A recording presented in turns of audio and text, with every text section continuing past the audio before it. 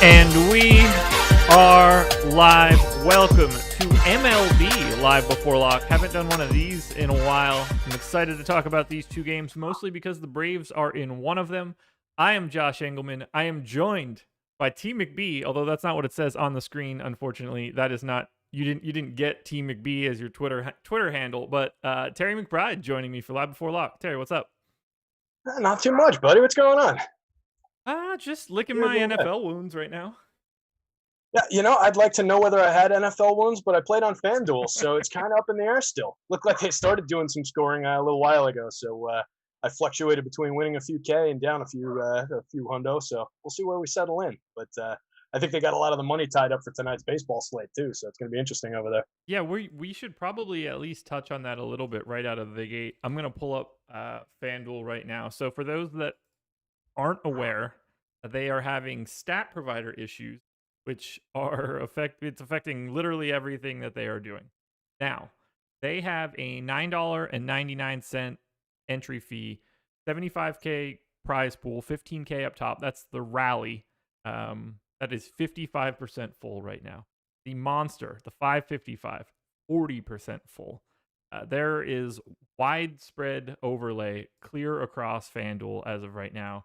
If I sort by prizes, apparently I wasn't sorted by that. I mean, even the 50, like, not that everybody just has $1,650 in their FanDuel account waiting around, but even that contest is 55% full. There is a lot of money to be had if you actually still have money to be played on FanDuel. Good time to deposit, I guess. Yeah, I mean, it seems like if you trust them, and which I do, I don't think this is some case of them trying to run off with people's money like people out there in the Twitterverse are saying or anything. It's they'll be back, they'll be fine, but it does become a question of, hey, do I want to throw even more money into this, or maybe I make the jump over to DK with all the money tied up in football results. So definitely an interesting night to do it, though. I mean, so the 222 single entry, 75 total entries in the contest. Only 24 in there. Like, there's only going to be so many people that drop $222 on a single entry contest that aren't already in it. Because I'd imagine the 24 that are in there are probably the people that registered for this slate, the moment it got posted. Right. Let's see. Boo Earns, Awesemo. Yeah, a lot of these names look super familiar.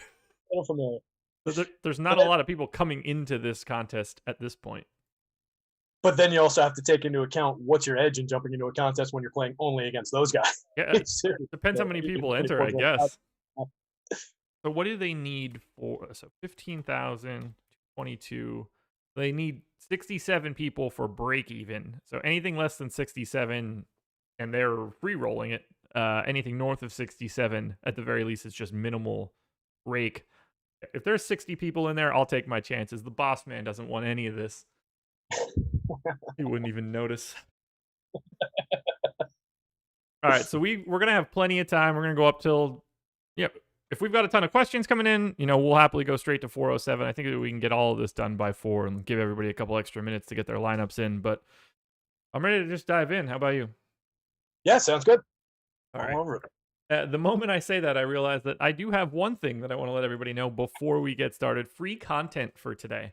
If you're playing NFL tonight for Showdown, our NFL Showdown rankings are free. If you're playing baseball, and I assume you are because you're listening to this show at 3:20 Eastern on a Monday, MLB Top Pitchers Tool, also free today. We have one more show coming up after this that will be at 7:15 tonight. NFL Live Before Lock, Emac and Kyle breaking down the Saints and Chargers game, a game in which I made 2 videos for. One for DraftKings, one for FanDuel. Who knows what's going on at FanDuel at that point, so there might be a little edge to be had. Go check out those 2 videos. Check out Live Before Lock. And check out the free content. Easy peasy. Good stuff. Rays and Astros. Rays, 4.4 run implied total. Astros, 4.1. So 54% chance to win for Tampa. Charlie Morton going for the Rays. Lance McCullers going for the Stros. Okay, that must be a naming issue. Yeah, there's no... I'm going to have to fix the name issue on Lance McCullers quickly. I was like, wow, 1% ownership. That seems pretty weird for someone I think is good on a 2-game slate. So Charlie Morton, 46% owned on DraftKings, 21% on FanDuel. If I slide over, McCullers is 58.5 on DraftKings and 42 on FanDuel, which is the chalk pitcher. on FanDuel. Do you have a preference between the two? I would probably lean McCullers Okay. out of those two. Just I have a little bit more respect for his ability at this point than Charlie Morton. I think Morton's just too diminished overall. I know he kind of bounced back from where he was early in the season, but I don't like the diminished fastball. I don't like some of the peripheral numbers. So not totally wild about Charlie Morton. I think it's an okay spot. I mean, obviously you're talking about two fairly high end pitchers. But overall, I think Morton's got the tougher matchup against the Astros than McCullers does against the Rays. So I think that would probably be where I fall. What about you? Do you have a preference on? I prefer McCullers. He has my highest projection of all 4 pitchers today, and on FanDuel, he's cheaper than Walker Buehler by $2,100, and on DraftKings, he's cheaper than Walker Buehler by $1,200. So I completely understand why McCullers is getting this ownership. Given the way that ownership is projected, at least on DraftKings, Buehler 61, McCullers 59. Freed 34, Morton 46. It's not like you're fading anybody with a 0. It's not like it. You're gonna have pieces of all 4 of these guys for sure. So like looking at McCullers' ownership and seeing 59, seeing him being quote unquote chalky doesn't really matter to me. Whether I had 100% of him or even was normal with the field, he's the guy that ranks the best. I would assume Lance McCullers would be the guy that I would have the most exposure to. Yeah, I think that makes a ton of sense. Overall, Rays were 12th against right-handed pitching with a 178 ISO. They had a 104 WRC plus, so a little bit above average in creating runs, but not a ton. 26.4% strikeout rate against righties, so there's plenty of Ks there from McCullers. So he projects the highest for me on FanDuel as well, just looking at that. So, yeah, I think that would be it. And, yeah, again, it's a 2-game slate, 4 teams to choose from. We're going to be playing parts of all of these pitchers, particularly on DK. As far as DraftKings goes, we saw with the one gamer the other day that it would have paid off to play some of the relievers from the Rays side of things. Any interest in doing that on this slate with 2 games, a little bit more availability of pitching? Do you lean into playing like a Castillo again, somebody like that from the back end of the Rays? It's probably not a bad idea. I don't have a single bit of detail for it right now, but I think the plan is sound on a day where you have 4 arms. Unless 2 of them go completely crazy, 2 guys striking out 8, 9 guys where those scores are going to matter pretty aggressively. There's certainly a path where you don't necessarily need to spend 7,100 on Charlie Morton. You're better taking a reliever. I think that is more than viable. I would assume we would see that. So, like, our ownership projections total up 200% for the pitchers. I don't get the sense that it will be 200% in most larger field contests. I'm guessing probably like 195, something in that neighborhood, and then 5% of assorted incorrect picks or relievers. Either way, I think there's a little bit of edge to be had there because at the very least in the playoffs, you're more the relievers you're going to see, or at least you expect to know the relievers you're going to see. The better guys are going to be on the field more often. You don't have to worry about. You're not trying to find the guy that throws 3 innings because the team's down 12-0. That's going to be a tough sell. So I like the. Are you going to it at all? I'm just kind of thinking it through as we're talking through the pitching side of things on as far as DK goes, and I think it does make sense. Like you're saying, I think it's something that'll be a little bit of an offbeat approach. There's definitely, you can tell the story of the game going that way where these guys are going to be in play, particularly from the Tampa side. That's the team that likes to dabble in the bullpen, and they've got several very high-end arms. What I don't have in front of me is any usage from last night, so I don't know who went last night. I didn't watch the game. But you've got, just in general, I would look at, Pete Fairbanks, Nick Anderson, Diego Castillo, and then maybe Ryan Thompson, and just play it by who was not used last night. That's probably the guy that you're going to get tonight. Each of those guys is a high leverage arm. Each of those guys has very, very good stuff and could put up a 2-inning, 4 strikeout performance, maybe pick off the win if it's decided late like Castillo did the other night, and provide a little bit of value there. So it's something I would definitely explore, building 150 for DK. We got a question from Dano in chat, and since we're going to have plenty of time, I'm just going to take it now. He says, is leaving salary the easiest way to differentiate on a 2-game slate? Yeah, probably. Yeah, I would think just make sure that you're doing it in intelligent ways. Don't just string together the bottom of the order from 4 different teams and call it a day. Make sure that you're building logical lineups. But yeah, in baseball, there's a lot of argument for leaving salary on the table as long as you're in normal fields, building two well correlated good stacks with a good pitcher. If you've got a little bit of money left on the table after that, it's okay. It's not a sport where you have to spend all your money.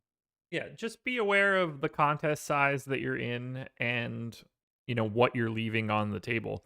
If you're in 1,000 entry contest, you don't have to go out of your way to leave $1,000 on the table. You're probably going to have a relatively unique lineup just in general. If you're in a contest with 125,000 entries or whatever's pretty sizable for today, then yeah, leaving spending 49.1 on DK is going to give you a better chance of not being duped at all. Yeah. Any thoughts on the Charlie Morton ownership? He's half of McCullers. He's close to the same on DraftKings. I don't think there's too much to read into. I have McCullers ranked as my third pitcher of the 4 today on both sites. I might as well just say it now. So it's McCullers, Buehler, Morton, Fried for me. I don't have much to add for Morton. I think the bats sort of just dictate what you get for pitching today. Yeah, and I think that makes a lot of sense. Is who we're going to want to play as far as the bats go. So kind of just play the opposite pitchers, and it's not really that big of an exercise to figure that out. FanDuel wise, just by general projection, yeah, I have the exact same order: McCullers, Buehler, Morton, Fried. So that makes a lot of sense. I do think there's some room to play Fried. We'll get to him, but I think there's an argument to be made there. As far as Morton goes, 38 innings this year, 401 xFIP to a 4.74 ERA, so he was a little bit better under the covers. 3.55 BABIP against as well, so guys were getting lucky against him, hitting them where they ain't. Only allowed 4 home runs in his 38 innings, struck out 24.7% of hitters. The strikeout rate's down, though. It was 30.4 last year, 28.9 the year before. Swinging strikes are around the same, which I found a little bit odd since it was somebody with a bit of a diminished arsenal. So he's a guy that, while I say I don't love him and, I'm not excited to roster him most of the time, he's pitching okay. I mean, he is getting by a good amount of whiff on his curveball. 24 of his 42 strikeouts this year were on that curveball. So it's a spot you can definitely play him.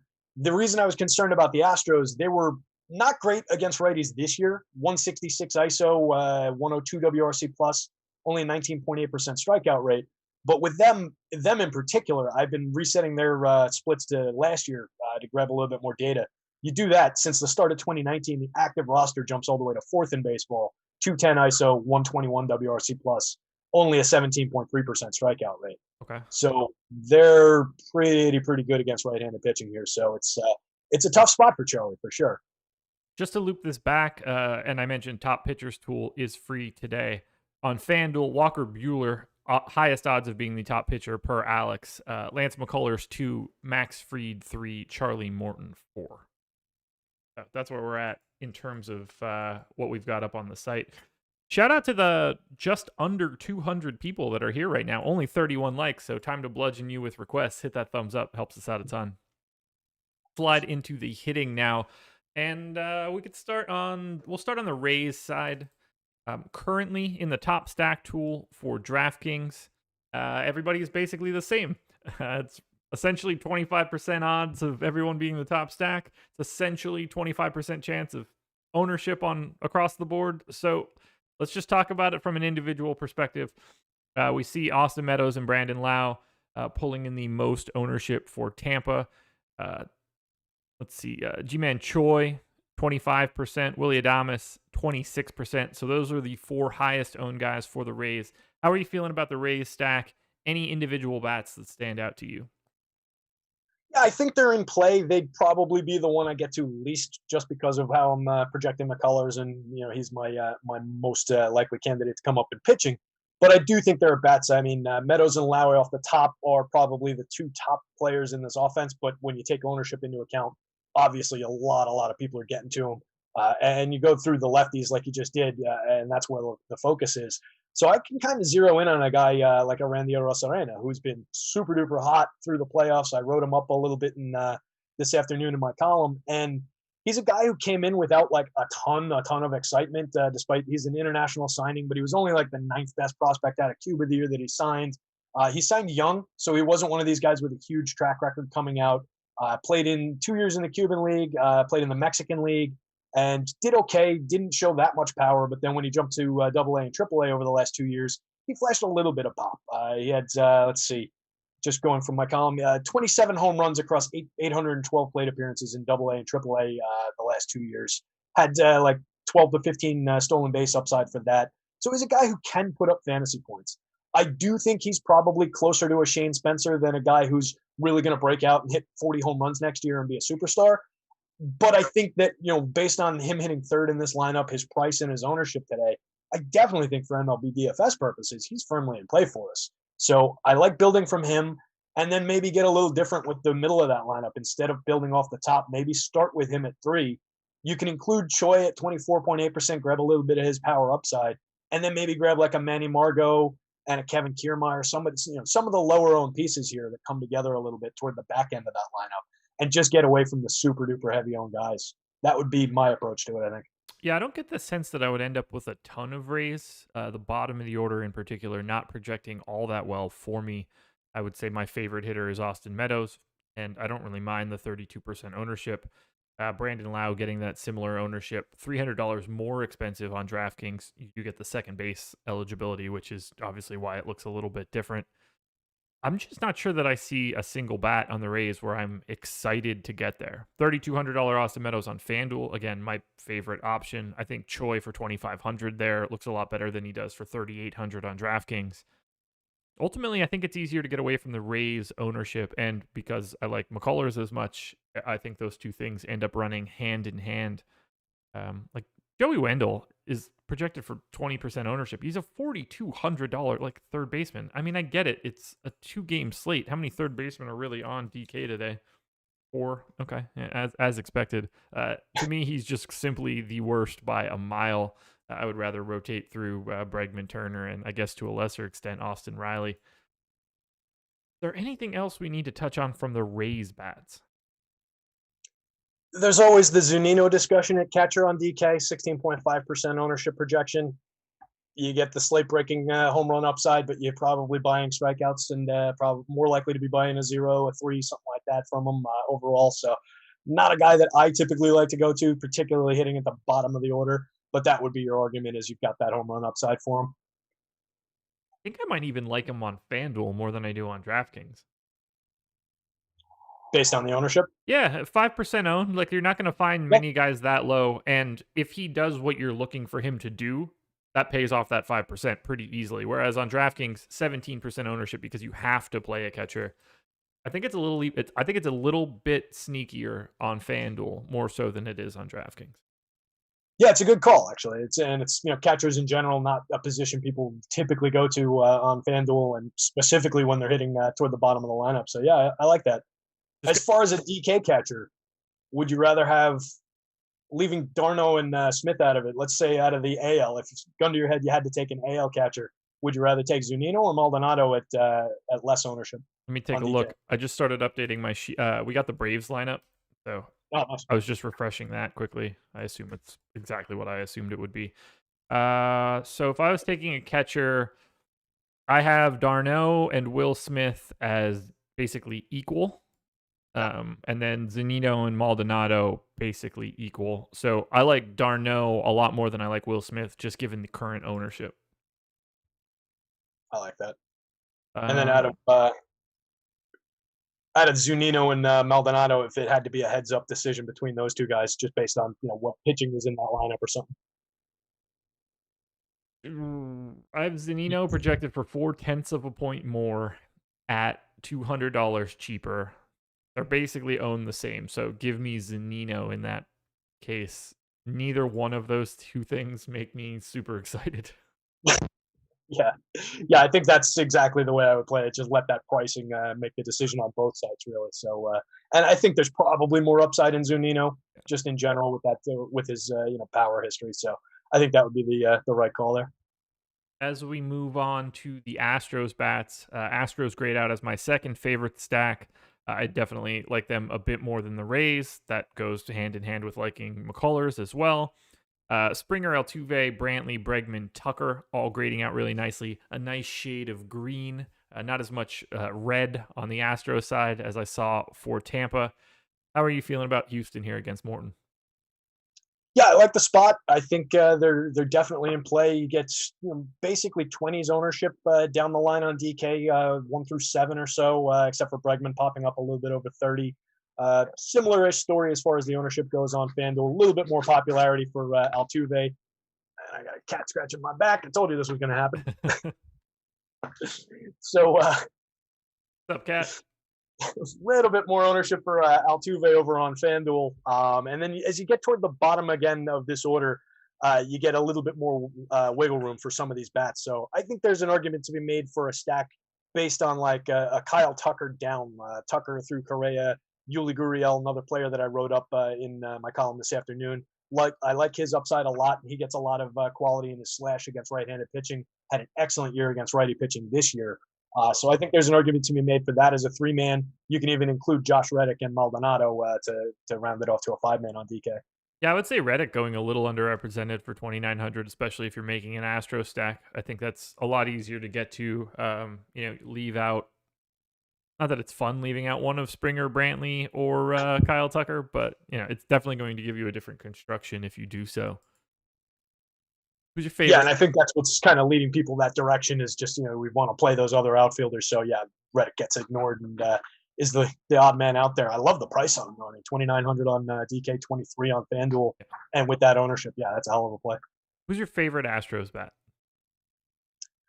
I'm getting an odd little projection on Jose Altuve, which I wasn't expecting. It's not my highest projection, but I get a good projection on him and a decent little home run projection on him. So I was surprised to see that. So I'll go with him.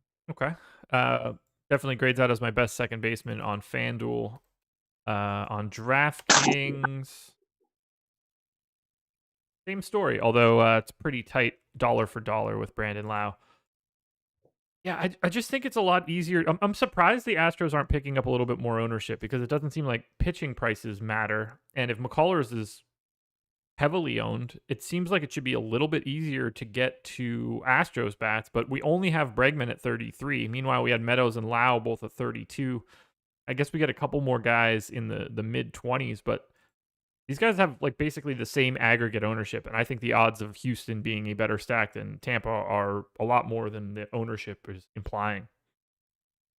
Yeah, I'm with you on that, and I think that they're affordable. There's really no reason that people shouldn't be building with this team based on everything you just mentioned and the affordability on both sites. I just really don't see why the ownership would be suppressed like that unless it's just part of this narrative of the Astros aren't as good, they don't cheat anymore, blah blah blah, all that nonsense, which is so overblown. Yeah, this is a very good team with excellent hitters and significant upside tonight. So this would be probably where I would make a stand if I had to pick a team on the offensive side of things. Chat is letting us know that historically, Maldonado crushes Morton. Oh, does he? In how many plate appearances? I'm searching that now, but I assume it's not a lot. 18. The crisp 18. Wow. He's 7 for 13.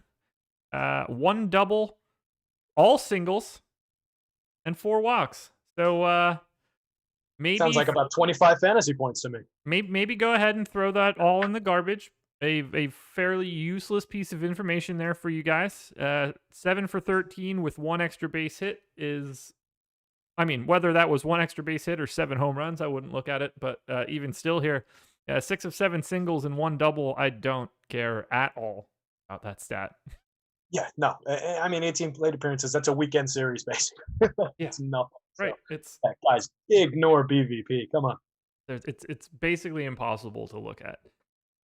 And like you said, even if that had been 7 home runs in those 7 plate appearances, it would be equally meaningless to me. Yeah. It's just not something I consider. It's fluky. It's just too small a sample. Yeah, I don't I just assume that Maldonado is going to continue to be a replacement level hitter like he always is. Steamer projecting him for a 77 weighted runs created plus. There you go. If only he could face Charlie Morton every day, he would be in the Hall of Fame. The thing that drives me insane is that let's just say that Maldonado had 1 at-bat against Charlie Morton, and he went yard.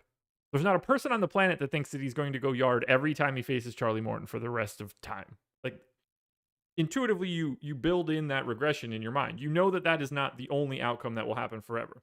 But the moment it gets to like 4 for 7, people are like, well, that's the best thing I've ever seen. He just crushes this dude.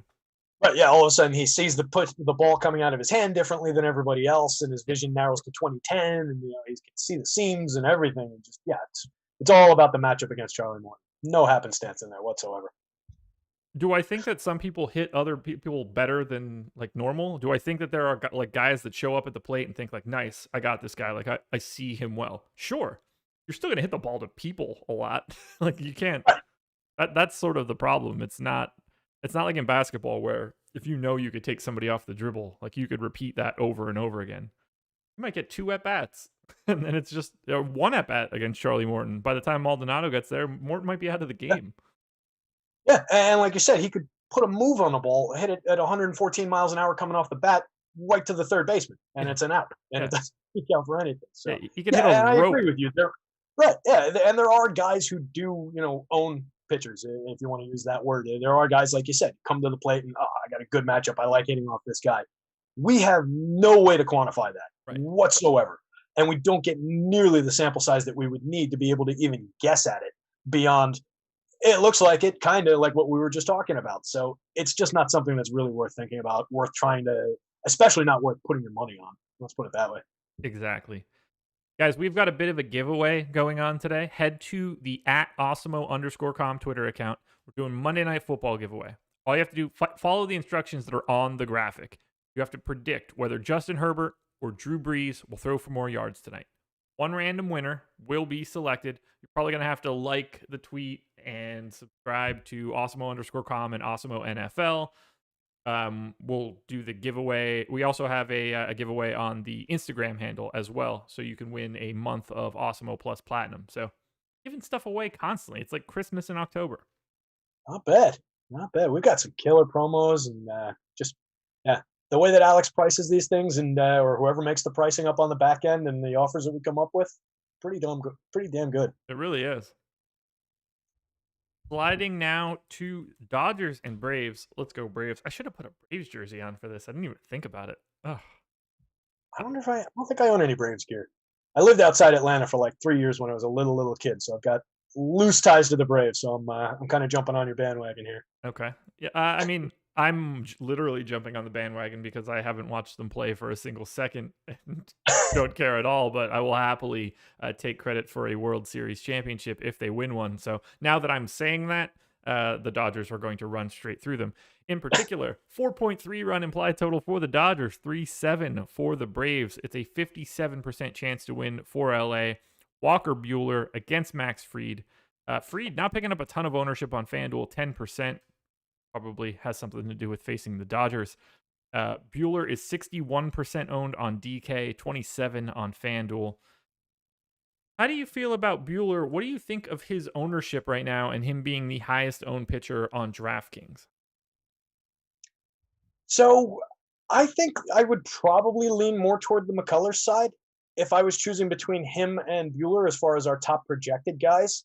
I think that's a more comfy spot for me. I don't lean into playing pitchers against this Braves, right-handed pitchers against this Braves lineup. I think they've got a ton of quality that they've shown throughout the season in righty-righty matchups in particular. They're a very right-handed heavy team, but they handle right-handed pitching very well. So I think I would probably lean into the McCullers side of things, and I think there's also the question of how deep into the game Buehler's going to go. We've seen him come out of games early. He had a blister issue late in the season. I'm not projecting it that way. I think he's going to get a full start. It is the championship series, so it's important to get him to 6 innings, something like that, and then hand it over to the bullpen.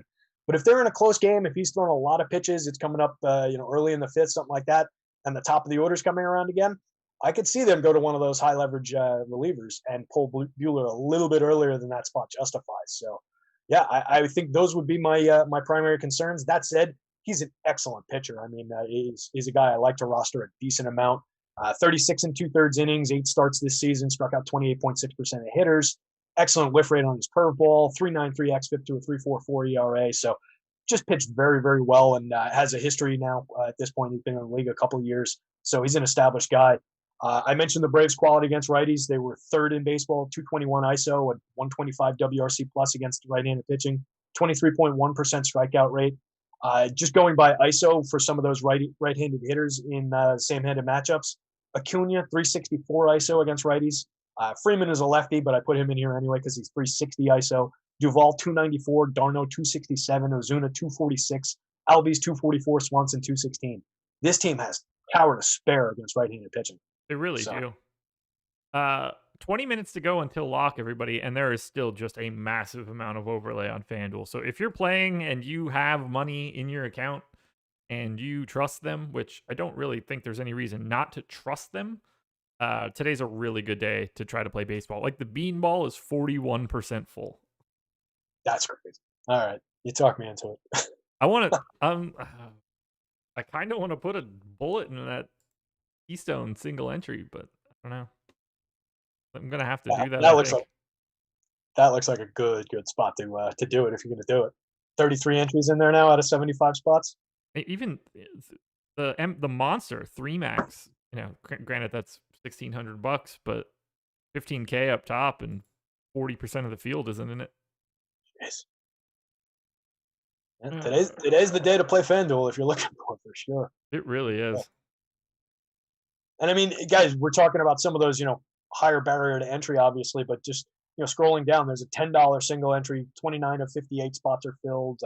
It's a couple $100 to top, so that applies to some of the lower barrier entry tournaments as well. There's just a lot of the public's money is tied up in those non-paid out NFL tournaments from yesterday, so you can get advantage. $5 single entry, 350 of 714 spots filled. Yeah, you're not going to find anything better than that. That's as good as it's going to be in the industry for today. Yep. Did you see the $50 single entry? No, where's it? The Blast, 35% full. Oh my god! Wow. 57 of 159. Yeah, that's a good spot. What's that pay? $1,500 to first on $50. Not bad. No, not at all. I mean, all of these single entry contests, like you could look at that and that, like they're going to overlay significantly. You're just not going to get that many unique individuals popping on here to try and do it. The $65 single entry knuckleball, 38% full. Is there a lot of overlay in the tickets? I would imagine those types of contests are insane. Yeah. Well, the wiffle ball, the nickel 150 max is 44% full. Satellites and qualifiers sort by inch. Okay, so they're not running any majorly big qualifiers for right now, but satellite to the NHL breakaway on January 1st, 26 of 105. For $1. Yeah. Not bad. No, not 20 at all. tickets, $88 value. Yeah. Hey, go win yourself some hockey tickets, guys. There you go. It all counts. Okay, let's touch on a little bit of the bats here, and we'll start on the LA side. I have the Dodgers as the number 3 stack for me. They are picking up a ton of ownership. Betts, Seager, Turner, Will Smith, all 30% or higher. Will Smith currently 43% owned. I mean, I understand what's happening here, and the Dodgers bats are fantastic for sure. That's a lot of ownership. I'm not entirely sure I want to go that crazy getting to Dodgers bats. Yeah, I think I'm with you. Just in general, as far as the matchup goes, we saw Fried didn't allow any home runs the entire year until his last start when he allowed 2, I think, and then came out of the game immediately with an injury. So he was very, very good at limiting hard contact this year. He was 27.2% soft contact, 23.8% hard contact. Those are second and third in baseball, respectively, among pitchers with at least 50 innings this year. So he's a guy who doesn't give up a tremendous amount of very quality contact. The Dodgers overall, 9th in baseball, 192 ISO, 113 WRC plus against lefties this season, 20.7% strikeout rate. So the strikeouts on the Fried side of things are going to be limited, but he might be able to take the power of the home run upside away from this team to at least some degree. If you revert those stats to the start of last year, they get a little bit better. 5th in baseball, 202 ISO, 110 WRC plus against lefties, but they struck out a little bit more with the increased sample, 21.5%. So I think there's a chance that Fried could take the top off of the Dodgers offense, at least for a little bit, and they don't really, really break out to justify that extreme ownership we're saying. Yeah, I like someone like Cody Bellinger, only at 19% ownership right now. I don't care all that much about the lefty, and there's a decent chance that Cody Bellinger only sees Max Fried once. or Yeah. At that point, Fried is dealing, or he's already been removed from the game because they bounced him. But like the chance of Max Fried facing Cody Bellinger twice and the game just being like passable seems odd to me. So I do like Bellinger there. Pollock, Piqué, Chris Taylor, all picking up 15 to 20% ownership depending on the site. I like the stack. I just don't think it's like the crazy high end that it needs to be the highest owned stack. I prefer the Braves, honestly. I would say that my favorite DraftKings Dodgers bat would be Mookie Betts. On FanDuel, it's probably Justin Turner for 3,100. Who are your favorite individual bats for LA before we head over to the Atlanta side? So I like Pollock a lot. I wish he was hitting in a different spot in this order, and I think he justifies it with his numbers. He had 16 home runs this year overall, and he's a star caliber player. I wrote him up this afternoon. I'll scroll down, and he had a 276, 314, 566 slash with a 291 ISO and a WRC plus 32% above average. I mean, come on, what more do we need from a guy? So yeah, maybe put him together with your guy Bellinger down there hitting 6th and 7th in this lineup. Grab a not sneaky, but they're sneakier than some of the rest of this team. And I think your point makes a lot of sense. It's unlikely that Fried's going to get beat up by the top of this batting order and then see these guys more than once. So odds are they're going to get a few good opportunities if this team is going off. Or if they're not going off, these are two of the higher upside bats in this order, and they're the bats that people are less on. I trust Cody Bellinger and AJ Pollock more than I trust Max Muncy and Will Smith. Mookie Betts, obviously, tremendous play, multiple, one MVP, I think, but he's just, immense play. But I like the other guys 15% less owned. I like an AJ Pollock there. So I wish Pollock was hitting, maybe third where Justin Turner is. I think that makes some sense, but I can get to him at 7th in this lineup. Anything else you want to touch on from LA? We already talked Will Smith a little bit. He's drawing a tremendous amount of ownership on DK where you have to play a catcher in the middle of that order. That makes sense. But I think I prefer Darno on the other side for, 2/3 of the ownership anyway. You and me both.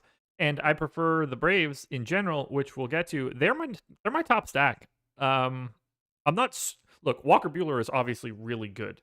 He's not going out there and throwing 8 innings. Like I've got him in for just shy of 5. I could certainly go a different way. You touched on so much of the power for Atlanta. They do have the lowest run total.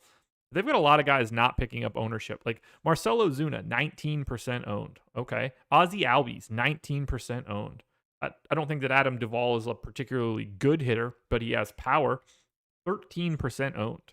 Nick Markakis, I don't think is a particularly anything hitter. 5% owned. I want to get to Atlanta here, especially on the opposite side of 60% Walker Buehler ownership. It's not to say that I don't like Buehler, but I see the opportunity to try to buy some cheap home runs that aren't owned all that much, and I get the benefit of being, on the opposite side of 60% ownership. Yeah, definitely. That is a killer spot, I think. We went through the power numbers, like you said, read them off, and just in the split Duvall this year, you mentioned, not a very good hitter of the baseball, but a tremendous power hitter. 13 home runs against righty pitching this year. He had a 224. I have to click over to the other tab. 224 average with a 296, 517 rounding out the rest of the slash. But the WRC plus was 11% above average. We mentioned 294 outrageously powerful ISO. So I can definitely get to some Duvall there. Really like Albies in the middle of that lineup without any ownership. So yeah, I would definitely play the ownership game threading in and out of this lineup. And I really love the upside that Acuna and Freeman provide, even though they're going to be highly owned. Acuna is my home run pick for the day. I like it. He grades out really, really well for me. Even better, like a lot better than Mookie Betts in the same game, opposite side. I just love the plate appearance upside. I love the power. I love the additional $200 you get back from Acuna to Betts. So speed upside is right there as well. I mean, yeah, he's a guy who can score points for you every which way possible. This is the player. When you say 5-tool guy, I mean that's Ronald Acuna for sure. So just looking at it, he is actually my highest individual projection on FanDuel. I like it. I like it a lot. I don't know if he actually is higher than Betts. I have it rounded. They're both at 8.6. Now I have Betts slightly higher. but it's close. So, They I think both Mookie would be round my to next. 8-6. So Yeah, I think Mookie would probably be my next highest. I really like the idea of trying to buy a cheap Adam Duvall home run. That's my Yeah, random dude I want to get to. with you on that, and it doesn't look like the public. I don't know what this guy's got to do to get some love from the public this year, but he's been tremendous all season long in this split. It would be better, sure, if he was hitting fifth. Maybe pick up an extra plate appearance, but even hitting seventh with the way that if this lineup does connect and if it does go off, they're going to be going around a couple times. So I think that seventh spot is not too big a thing to sacrifice. You mentioned Austin Riley earlier too. 15% ownership, a little heavier than I love for a 9-hitter. Yeah, but he does have some quality, and the cost is not that bad. $3,600 for a third baseman, pretty good. So I can get to some of them, but I'd rather see him in that 5 to 10%. anything else you want to touch on for the Braves? Did I say the name Dansby Swanson while we were talking about him? Not really. I like Dansby Swanson. I wrote him up in the column this afternoon. Had a tremendous year. He was a guy that I was on, and as were several other stat heads coming into the season. Last year, he was 17th best soft contact in 2019, which is a good indicator of potential home run upside coming in the next year. Guys make changes to their launch angle. That put him immediately between Freddie Freeman and Juan Soto on last year's list. And everybody above him, you're talking about like Nelson Cruz, Mike Trout, guys like that. Yeah. I'm not saying he's a 40 home run hitter next full season, but he showed us a lot of potential. And then he came out and hit 10 home runs this year. All 10 of his home runs came against right-handed pitching. I like it. I like that call. There you go. Want to take a couple questions that we have in YouTube chat, and then we'll get out of here? Still got about 9 minutes to go until lock. I'll work my way from bottom to top. Actually, I'll work my way from top to bottom. Darno or Zunino on DraftKings? I think we both agreed Darno, right? If we can afford it, don't really sweat the ownership. He also says playing Meadows in Laos, so would have 9-1-2. That matters at all to you. But yeah, I always like getting to those wraparounds. I don't know that you're picking up a significant ownership. What is it, 16-5 versus like 24 something? I think I'd probably still go to the upside. Not 27. I'd probably still go to the upside of Darno. I think. Yeah, I would go to Darno. I think he's just a better play, dollar for dollar. The Zunino ownership is appealing, but I don't think that it's not like Darno is owned like Will Smith, so I don't think it's all that bad. Altuve or Albies? No site given. I mentioned Altuve earlier, so I think I'll stick with that. Hitting a slightly bit earlier in the lineup, drawing a tiny bit more ownership, and I think he's more expensive. Yeah, a little bit more expensive, a little bit more ownership. I like the spot in the lineup a little bit better, more chance to see an extra plate appearance there. Albies is a hitter I really like, though, so that's a very, very close one for me. On DraftKings, it's close to a coin flip. On FanDuel, it's absolutely Altuve. Altuve is $500 cheaper than Ozzy Albies, so I will certainly take Altuve in that spot. Who are your top? Although, just to throw a wrench into that real quick, Albies 10.7% owned on FanDuel, Altuve 32% owned. That gets closer. These 2-game slates, man. You have enough money for any combination of two pitchers. What two pitchers would you go to if price didn't matter? This is clearly a DraftKings question. I would have to say McCullers and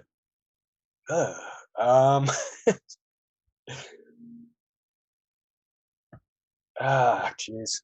I guess it would have to be Buehler, even though we're talking up the Brave side of things. Just for that, the most likely to succeed guys, I would just go with Alex and pick the top two off the top pitchers. I think that makes the most sense. Yeah, if I'm just trying to say who I think the top two pitchers are, then it's Lance McCullers and it's Walker Buehler. That would be my choice, which is not fun when I love the Braves, but that's what I mean. Like everything seems counterintuitive on a 2-game slate when you have to start talking about it like that. Speaking of which, what do we think on, or what do you think on rostering batters against your pitcher on this one? I don't have any issue with one. I think there's probably cases to be made where 2 is okay. But I would probably set Fantasy Cruncher to 1. Yeah, that's how I usually handle it. I don't do it unless it's like a 1 or 2 game, stupid thing like this. But yeah, for something like this, I think you need to. I might, if I was running a full set of lineups, I might run a second crunch with the 2 allowed, and then hope that I don't get much of it because it's just not a play I like to make. But yeah, I think it's at least somewhat mandatory to at least think about it and include it in your crunches today.